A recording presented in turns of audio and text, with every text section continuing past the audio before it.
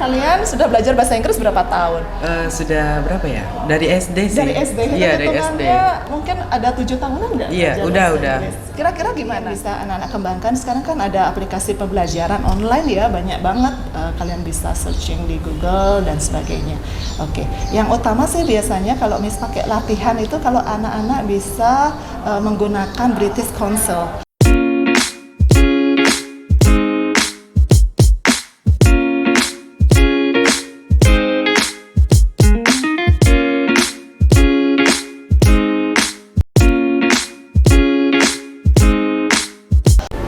Halo Sobat Wanska, kembali lagi bersama kami di podcast Suara Wanska episode ke-7 bersama saya Brian dan rekan saya Yanka. Nah, hari ini kita sangat excited banget karena hari ini kita sudah kedatangan Miss Dayu Eka. Halo Miss Dayu Eka. Ya, bisa memperkenalkan terlebih dahulu? Ya. Ibu Ida Ayu Eka Widiatnyani, biasanya dipanggil Miss Dayu. Ibu mengajar bahasa Inggris dari kelas 11 BD1 sampai 11 MP1 sampai 3 nah. Ya. Jadi gimana kabarnya hari ini, Miss? Wah, baik sekali. Wah, bagus ya kabarnya. Baik, Miss, saya ingin bertanya, di era sekarang ini seberapa penting sih bagi seorang pelajar untuk bisa paling tidak mengenal bahasa Inggris? Bisa tolong dijelaskan? Iya. Menurut Miss sendiri untuk pelajaran bahasa Inggris, apalagi kalian itu di era, katakanlah ini disebut dengan era digital, era revolusi industri 4.0, di mana kemampuan bahasa Inggris menjadi sesuatu yang penting dan utama, apalagi untuk generasi milenial sekarang ya, karena kita tahu di masa atau di era sekarang ini adalah bagaimana terjadinya perpaduan budaya antar satu negara dengan negara lainnya, dan pemersatunya itu adalah bahasa internasional, yaitu bahasa Inggris. Jadi menurut Miss sendiri, kemampuan berbahasa Inggris untuk anak-anak sekarang itu adalah suatu keharusan dan penting sekali dalam hidup mereka. Wah, sangat penting banget ya bahasa Inggris di era sekarang ya, Miss ya. Betul sekali, Nah. Gitu. Tapi Miss, biasanya ketika sudah mendengar kata bahasa Inggris, kebanyakan orang sudah parno duluan. Nah, gimana tipsnya biar bahasa Inggris tidak menjadi sesuatu yang menakutkan bagi seorang siswa? Nah, kalau dari pengalaman Miss sendiri ya, dulu ketika kuliah dan menjalani profesi sebagai seorang guru, teknik atau strategi yang paling sederhana yang bisa anak-anak lakukan yaitu bagaimana mempelajari bahasa Inggris dengan cara menyenangkan. Contohnya anak-anak sendiri suka lagu-lagu kan ya. Lagu-lagu, nah, ya. mulai dari sekarang dengarkan lagu berbahasa Inggris. Kemudian anak-anak suka menyanyi. Ya, dari syair-syair lagu bahasa Inggris tersebut, anak-anak dengan menghafalkan syair-syair tersebut secara tidak langsung, anak-anak sudah mulai belajar kosakata atau vocabulary dalam bahasa Inggris, tapi dengan cara menyenangkan. Yeah. Selain itu, cara termudah juga dengan menonton film-film berbahasa Inggris. Anak-anak coba ganti subtitlenya menjadi bahasa Inggris, lalu kalian tonton tersebut, mulai kalian belajar bagaimana pengucapannya dari aktor-aktor yang bermain dalam film tersebut. Nah, itu adalah teknik-teknik sederhana yang bisa anak lakukan di rumah untuk mempelajari bahasa Inggris. Nah, strategi yang ketiga yang disarankan adalah kalian melakukan mirroring game, di mana anak-anak berkaca. Jadinya kalian bisa melihat refleksi diri kalian di kaca, dan mulai dari kaca tersebut kalian mengucapkan atau berdialog menggunakan bahasa Inggris. Jadi dari kalian berlatih seperti itu secara tidak langsung akan membantu kalian untuk melancarkan kemampuan kalian dalam berbahasa Inggris. Ya, mungkin itu adalah teknik-teknik strategi yang bisa anak-anak lakukan dalam mengembangkan kemampuan kalian dalam berbahasa. Oh ya, terima kasih atas tips dan triknya. Tapi saya ya Brian ya, kalau selama ini bahasa Inggris itu belum bisa fasih dan bisa ngobrol sama orang luar atau orang asing itu. Gimana ya caranya biar bisa ada keberanian gitu loh, Miss? Karena selama ini Brian ingin ngobrol atau berbicara dengan orang asing nih. Takut gitu, kayak apa ya? Takut salah, gimana gitu tips dan triknya? Iya. Memang kita tanpa kita pungkiri ya nak ya, kalau bahasa Inggris itu kan bukan bahasa asli kita, itu namanya second language. Jadi bahasa asli kita atau pengguna kita, mother tongue kita adalah bahasa Indonesia. Jadinya untuk membuat kesalahan itu adalah sesuatu yang wajar ya, karena itu bukan bahasa asli kita.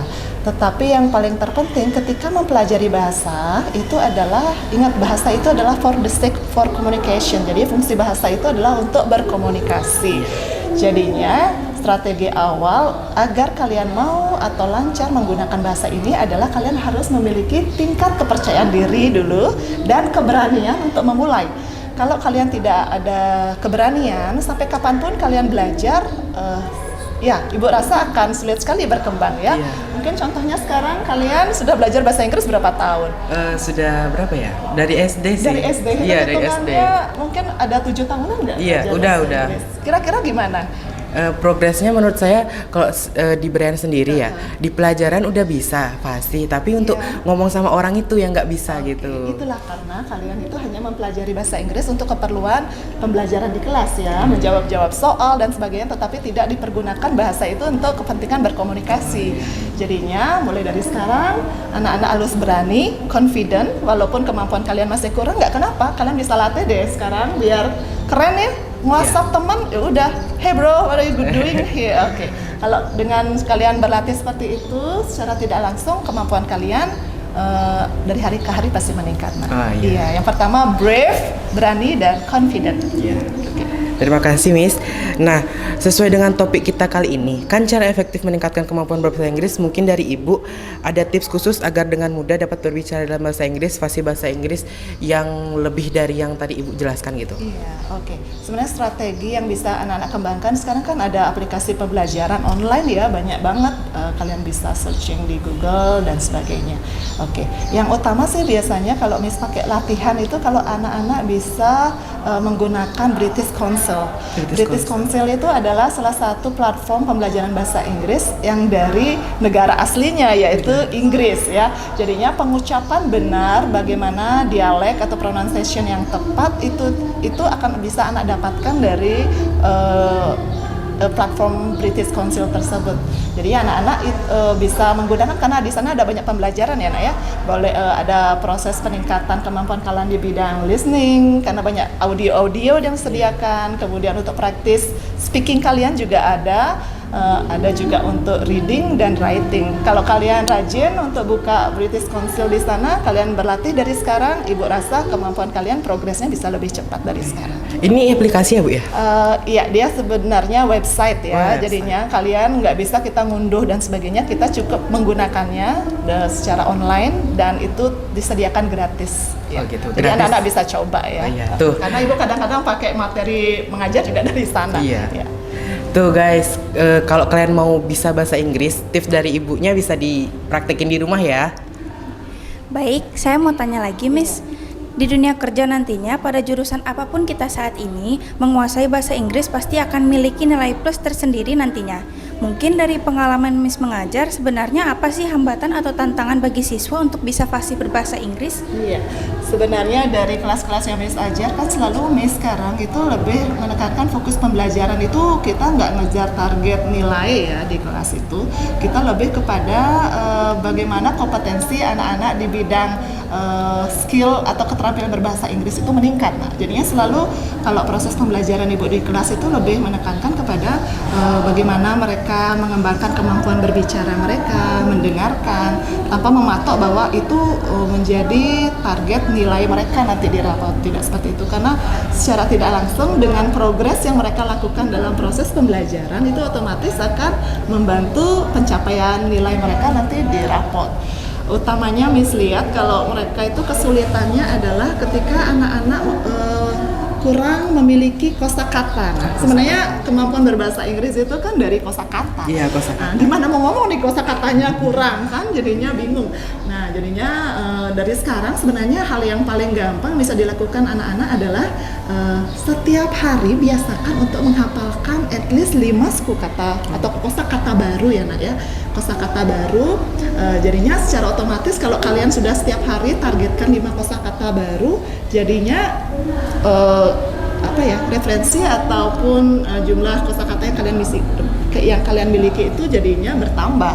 Dan dengan bertambahnya kosakata yang kalian miliki, otomatis ketika kalian dituntut untuk berbicara, otomatis akan fasih ya, karena kosakata yang kalian miliki udah banyak gitu. Itu tips dari Ibu sih, karena kesulitan mereka itu adalah mereka kurang memiliki kosakata yang mencukupi. Jadi ketika ditanya what is your opinion, mereka jadinya ngeblank. Ini mau bilang apa nih? nggak tahu artinya iya, juga gitu ya. nggak paham nih apa nih maksudnya itu. Coba kalau mereka paham pasti mereka bisa speak up ya. Iya. Itu sih kesulitannya karena anak-anak kurang kosakata. Ya. Berarti kosakata tuh menurut Miss tuh sangat penting berarti ya, Bu, ya? Iya, penting banget. Nah, sangat. Itu suatu keharusan ketika belajar bahasa, apapun itu bentuk kompetensinya, baik dia mendengarkan, berbicara, membaca, ataupun menulis. Kalau nggak ada kosakata kan nggak akan bisa terjadi. Iya, Jadi utamanya benar itu kosakata. Enrich your vocabulary. Oke. Thank you, Miss. Bagaimana sih caranya mengatasi ketakutan ketika harus berhadapan dengan orang atau customer yang saya tadi tanyakan, yang mengharuskan kita berbahasa Inggris gitu? Iya. Oke, ya ketakutan di awal untuk memulai sesuatu itu wajar anak ya, apalagi kalau ketemunya bule ya dan sebagainya ya. Tapi kalau untuk memulai yang pertama itu harus anak-anak confident dulu. Ya, utama itu adalah confident. Apapun itu, walaupun kalian memiliki kemampuan belum benar-benar fluent atau mahir, tetapi kalau kalian punya rasa percaya diri, otomatis itu akan diimbangi. Dan bule-bule pun yang berkunjung di Bali paham kalau bahasa Inggris itu bukan bahasa pertama kita. Jadinya dia paham, dia akan bilang it's okay, doesn't matter dan sebagainya. Dia akan mengatakan itu, dia malah memforce kita untuk lanjut aja ngomong, dan dia paham kok dengan kekurangan kita.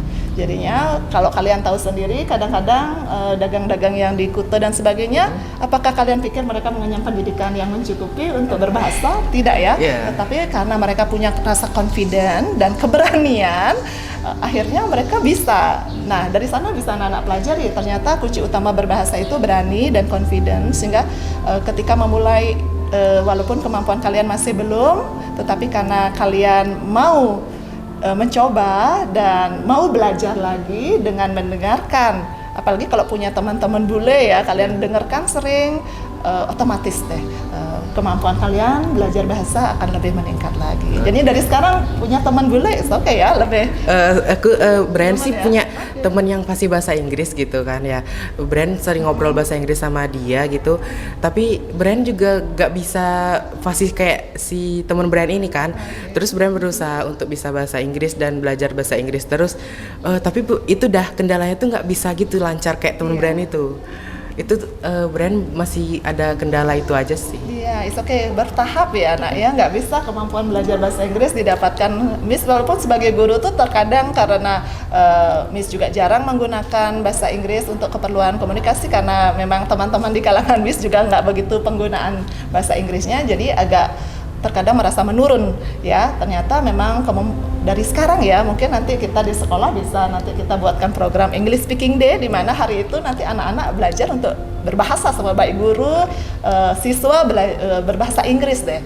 Kalau kita bisa memulai inisiasi program tersebut, mungkin nanti kemampuan berbahasa kita di sekolah bisa lebih ditingkatkan. Iya. Terima kasih Bu, terima kasih. Benar-benar excited dan seru banget ya bincang-bincang kita kali ini. Nah, semoga apa yang kita bicarakan tadi bisa bermanfaat bagi semuanya yang nonton ya.